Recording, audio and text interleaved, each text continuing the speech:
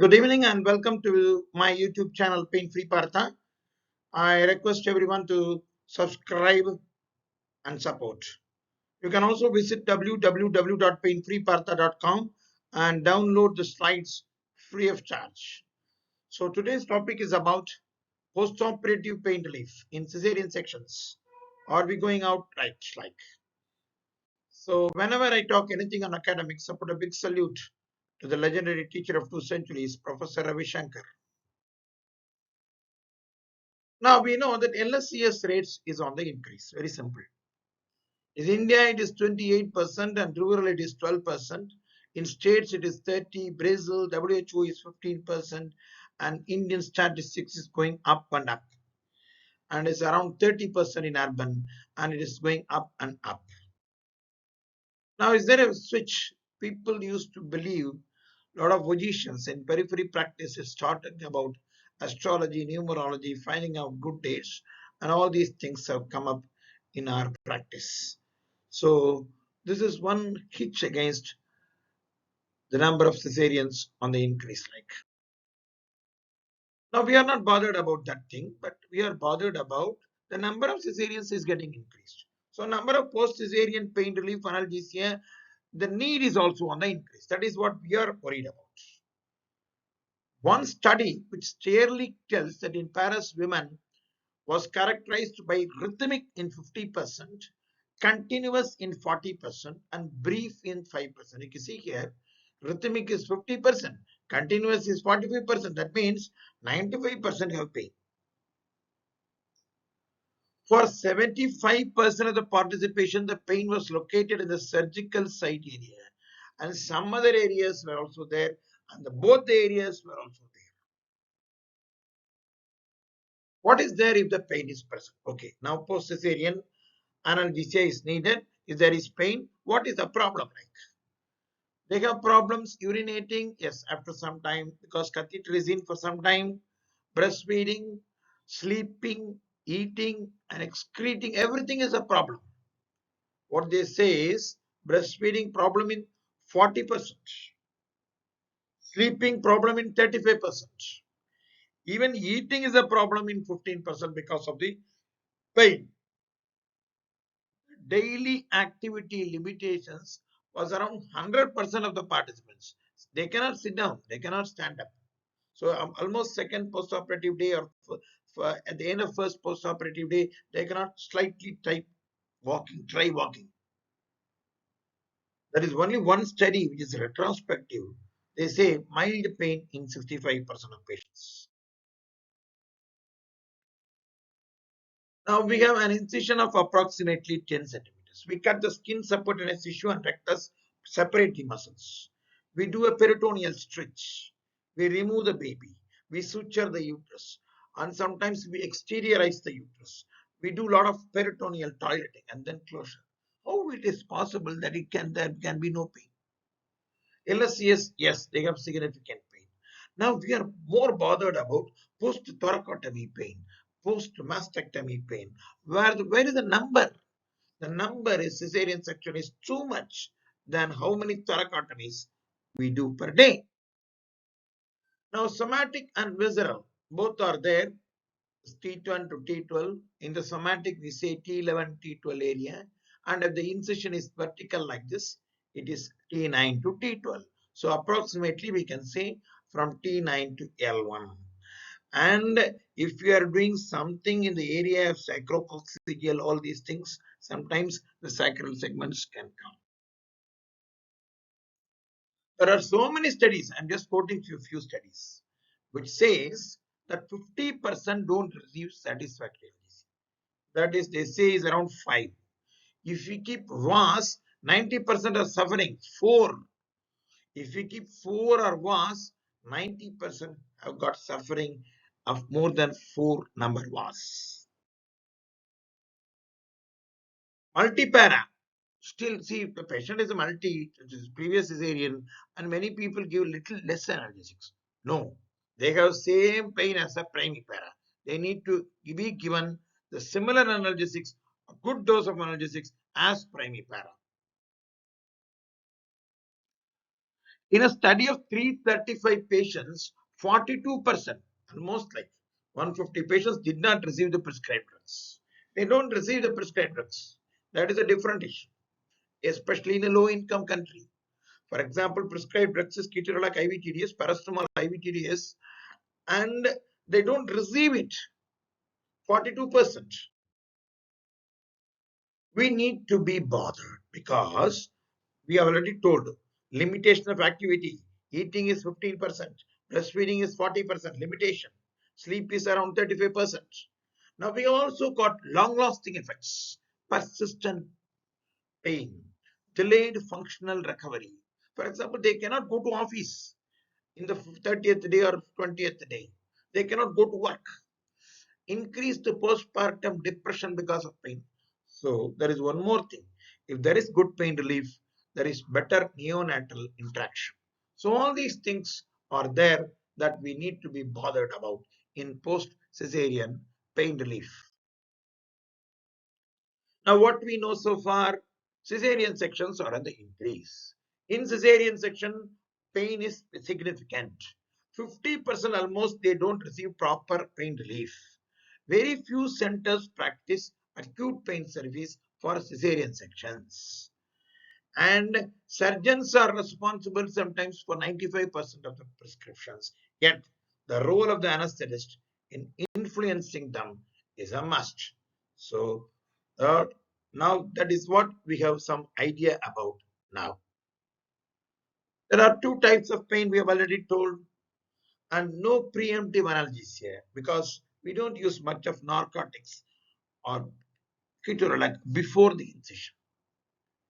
There is no preemptive analgesia in this case. For example, I sometimes start with a drug with buprogesic or sometimes fentanyl or sometimes pethidine 50 milligrams IV and then give a spinal or and then give an epidural. So there is some preemptive analgesia by way of narcotics before the incision, which is not there in cesarean sections.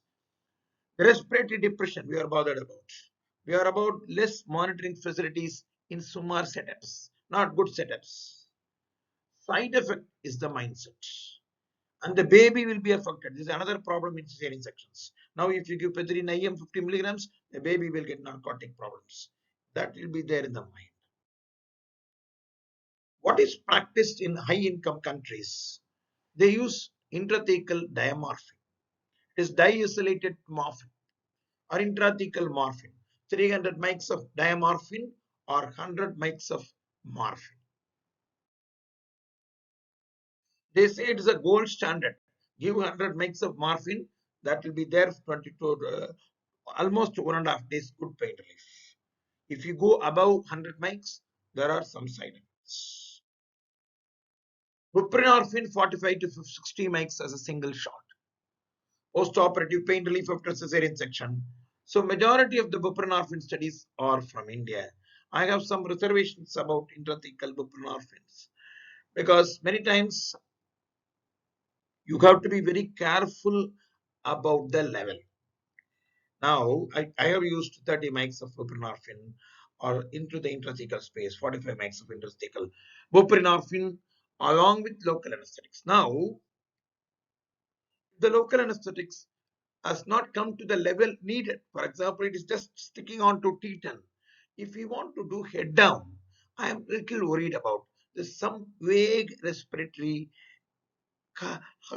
vague symptoms will be there in these patients because I think that buprenorphine is or morphine is slightly acidic. So that we should be very careful. We should be precise in delivering the drug, the needed dose to achieve a level of at least T6 in such patients when we add narcotics. Now, yes, it has been used 60 mics as the limit. People have used 150 micrograms with excellent analgesia, but they are not reported much. But what we use routinely is 40 to 50 mics along with bupivacaine. Study of intrathecal buprenorphine. Delayed respiratory depression is also possible in one study which says in 1987. No to codeine, not prescribed. See, the problem is If we use intrathecal morphine or buprenorphine, again, if the patient comes, we should be cautious about narcotics. That is what is the most important. Yes, we have used buprenorphine intrathecally. If the patient has pain, try to limit yourself to ketorolac and paracetamol. If there are any problems with ketorolac, try to limit yourself to paracetamol and if needed, some doses of tramadol. So don't use again buprenorphine. So intrathecal morphine, don't again use morphine. So that is what your parenteral opioid should be restricted if we have used intrathecal opioids. Supplemental diclofenac suppository is a good dose, good drug. Fentanyl may be short acting, mainly used for hemodynamic stability, not for post-op pain relief. Yes, the side effects are nausea and vomiting. Ondansetron can be used. Metoclopramide is used. These are all prophylaxis. Steroids. That is what I use many times. 4 milligrams of IV dexamethasone. Ondansetron 4 milligrams or Phenergan, which also I use 6.25 to 12.5 milligrams IV. Promethazine. For patients undergoing caesarean delivery under spinal anesthesia, using low-dose spinal morphine, a single dose of dexamethasone during surgery, before surgery. You give intrathecal morphine, just give 4 milligrams IV steroids, dexamethasone. Fine, everything is fine. If you ask for compliance, itching is a major problem. They use itching, but they don't complain. You have to ask. That's the difference. If it is evoked or if the symptom is coming spontaneous, that is a difference there. So ondansetron may use, malbufin, naloxone. Pre-treatment is not effective. Yes, what I use is naloxone 100 micrograms slow IV. If there is a severe itching, don't use this antihistamines and all. They are not useful. So it is not good to use steroids also. Itching means naloxone. If you want to use, we can use ondansetron. But the problem with naloxone is it will relieve itching, but it will make the pain to come back. So now the patient has been used to intrathecal morphine 100 microgram, intrathecal buprenorphine 60 microgram. Patient gets itching. What I do is I give IV ketorolac and then I give naloxone. So if the patient itch is coming down and the pain doesn't come up like because we have used IV ketorolac. We are more worried but less common. 0.1% with respiratory depression. Low doses, 100 mics.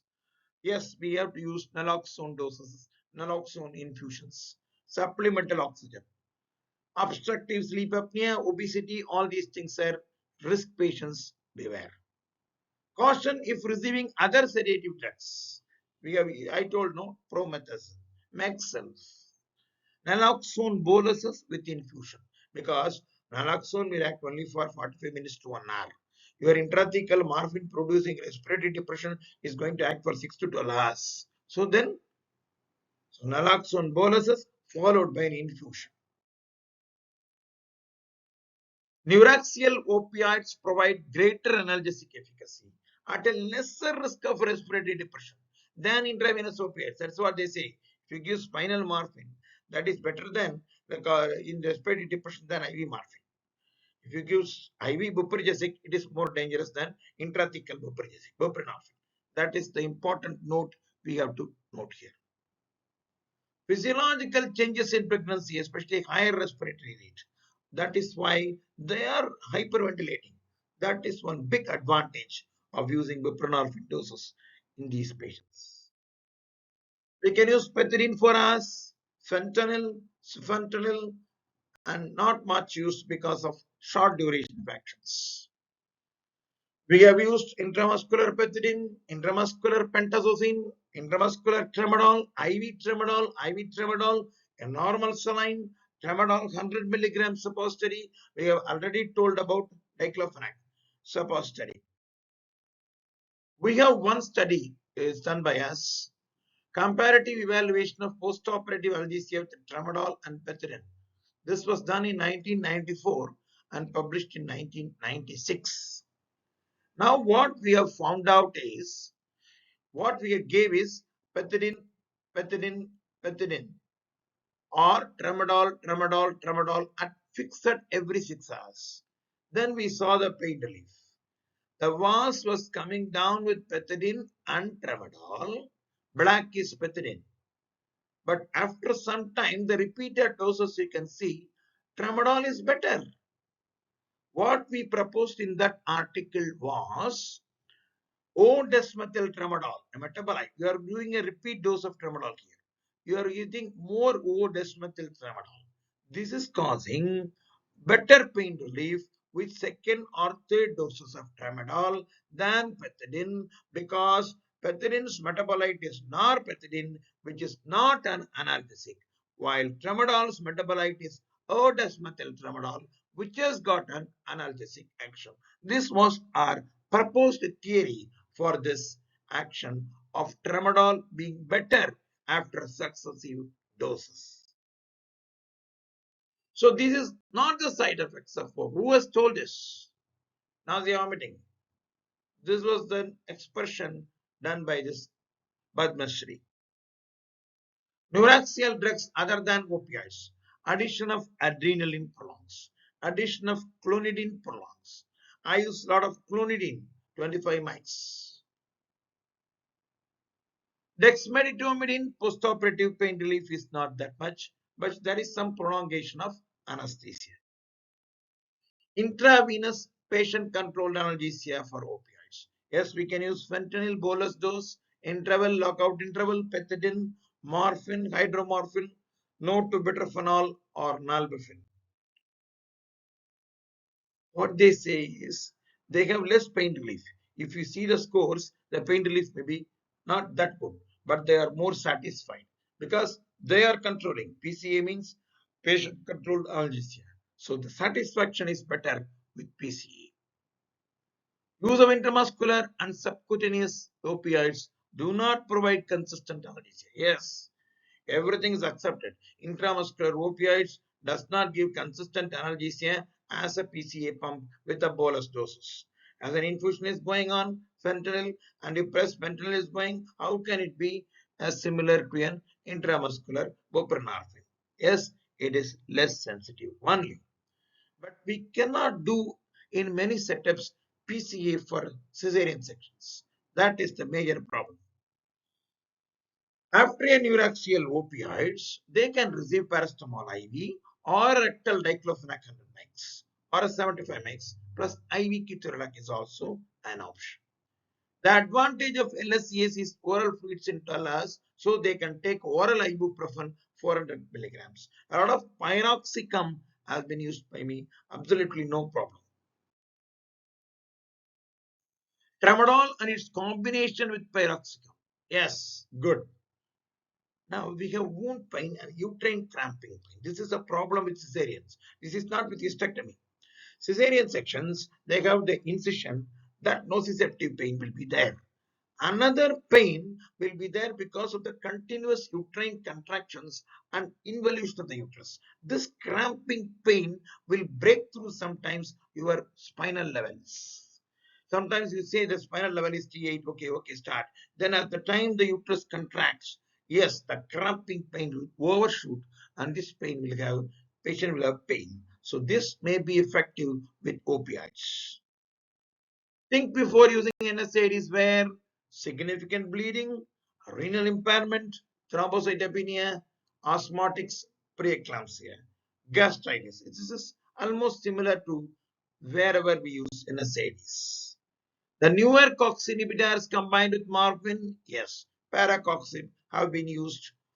Efficacy affecting with ketorolac with PCA morphine for an opioid-sparing effect. Yes, paracoxib. But now it is not available. Valdecoxib, paracoxibs were not available. Now itacoxib is available. Palmocoxib is available. They are not much used here. Preoperative gabapentin 600 milligrams. Yes, they have severe sedation, 19%. That is the problem with this. There was no problem with Apgar score, but maternal sedation was severe in 19%. Preoperative paracetamol is good. 1 gram prior to spinal. Paracetamol decreased hemorrhages in general anesthesia. Paracetamol decreased additional. So this is efficient than even intramuscular pethidine. What are the other techniques? Wound infiltrations. Plain local or with ketorolac. Plain local or with degadron. Dexamethasone. We can use transversus abdominis plain block. Transversus fascia block. Quadratus lumborum block. Ilioinguinal nerve block. Gabapentin, pregabalin, not much. TENS and acupuncture may be effective. All these things have decreased opioid consumptions. What is important in guidelines is blocks should be given wherever they have not used intrathecal opioids. Now you see bilateral tab block reduces pain need for additional analgesics. Electives after opioid-free spinal anesthesia. Yes, we need to give blocks. QL block are prolonged analgesic effects less than tab block. So better are we going towards visceral pain? I am not dealing about the differences between QL block and tab block. That's a different topic. So QL block is efficient. Tab block is efficient in opioid sparing, especially where the patient has not received neuraxial opioids. But QL is slightly better than tab. NSAIDs as a part of ibuprofen does not enter breast milk. Ketorolac, but not significant. Paracetamol is good. So all are compatible.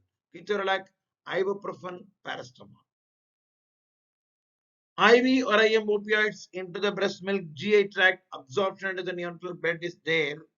But 100 mics of intrathecal morphine, how much is going to go to the blood of the mother? From there, how much is going to the blood of the baby or through breast milk is very minimal effect. Even for IV PCA with morphine, fetus problem is less. Pethidine levels may be higher, but we have to be very careful in preterm infants. Lipophilic drugs, they cross the breast milk. As highly protein bound. That is all membranes. Any membrane lipophilic will cross. Dump and pump and dump is not necessary. The amount of colostrum in the first few days is small. So the drug is small. Now 2021 guidelines, Neuraxial morphine after the delivery, paracetamol, ketorolac, dexa. If you don't have Neuraxial opioids, use tab blocks or LA infiltration with ketorolac, with dexa, with rescue opioids. This is mostly done because they don't close the peritoneum. Closure of the peritoneum will cause more pain. There are two now Fenton steel incisions, Jones-Jones incision, and vertical incision. That we have already told. Surgeons are responsible of 95% of the prescriptions, but the influence is with us. POD1, nobody cares actually. Kids are like 15 milligrams. Who cares? Baby is fine. Everyone is only enjoying with the child. Patient's mother is suffering with pain. Kids are like 15 milligram IVTDS. It can give even a combination of tramadol and paracetamol BD are available. Oral ibuprofen can continue. PCA morphine even can continue for POD1. So what I use is sometimes I start with promethazine 12.5 milligrams or 10 milligram ketamine, and then give spinal, and then after the delivery I give pentazocine 30 milligrams, diclofenac suppository, and 1 cc of dexamethasone.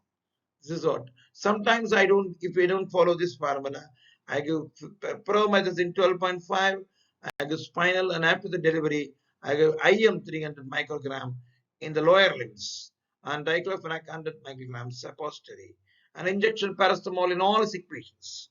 And I allow surgeon to give ilioinguinal block in some cases. Or can we start practicing this, or are we already doing? Can the surgeon ilioinguinal block in all cases? Can we at least add parenteral narcotic? Can we add paracetamol to ketorolac? Can we keep suppository? Or can we inquire about pain, especially in POD1? Now you see reported pain in labor. This is about labor. What they say is they are too illiterate to demand. If they know there is a, if they say that we will give, they will say pain. The GA rare intraoperative, we have narcotics, tab block, and IV paracetamol mostly. GA itself is a little rare in cesarean sections. Now, what is the summary? LSCs is going up 30% to 40%, especially in urban populations. 50% have got unsatisfactory pain relief. Two types of pain is there. Sometimes nociceptive pain and the uterus cramping pain. That's also not neuropathy. That's two types of pain. Intrathecal morphine or buprenorphine. No parenteral narcotics if intrathecal is used. IV ketorolac and paracetamol to continue. The patient has not got intrathecal morphine or buprenorphine, use blocks. There is no preemptive analgesia in this LSCS, and we are always bothered about whether this intrathecal morphine of 100 mg will go into the blood of the mother, go into the fetus cross, and go into the baby as breast milk. All these things will be in our head as worries. Our patients don't complain of much pain. This analgesia is enough. But all given in textbooks are myth. Is it the argument? We should go and inquire all cesarean section patients, day 0 and day 1, and then inquire about their pain and then give proper analgesia. Why do we need? Yes, we have already told, better eating, better breastfeeding, better excretion, in the long term, better functional outcome and better neonatal interactions, everything, less post-op chronic pains. Thank you very much for listening, and subscribe and follow my YouTube channel, Pain Free Partha.